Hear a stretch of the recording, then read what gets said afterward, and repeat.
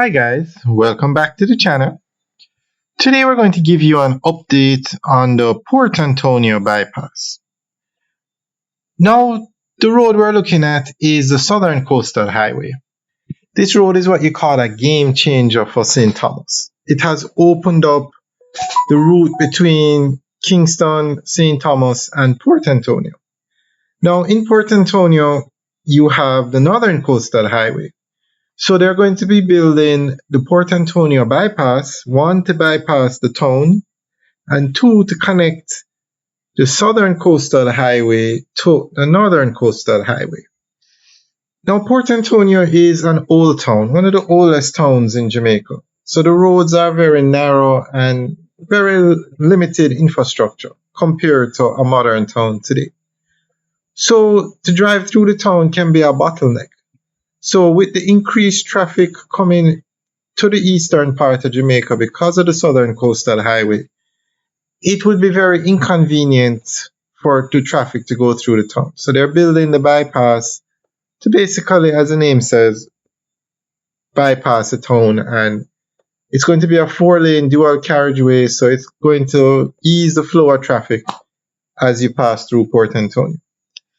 So it's probably the best way to put it. It's going to be an extension of the Southern Coastal Highway. So we're going to go through an article that gives more information on this bypass. Minister without portfolio in the Ministry of Economic Growth and Job Creation, Honorable Robert Morgan, says Cabinet has approved the Port Antonio bypass project, with work expected to get underway this month. Speaking in the House of Representatives, Minister Morgan said the government is prioritizing the US $81 billion project, which is expected to improve travel efficiency, reduce congestion, and support regional economic growth. The Port Antonio bypass is critical to continuing the growth of Port Antonio and encouraging tourism investment and agriculture. But most importantly, it will benefit the people of Portland and Port Antonio, who have been suffering for a very long time, he stated. The bypass, an extension of the Southern Coastal Highway Improvement Project, will incorporate a 4-lane design and will provide an alternative route to ease congestion in the Port Antonio town center. Alright guys, that's the end of the update article.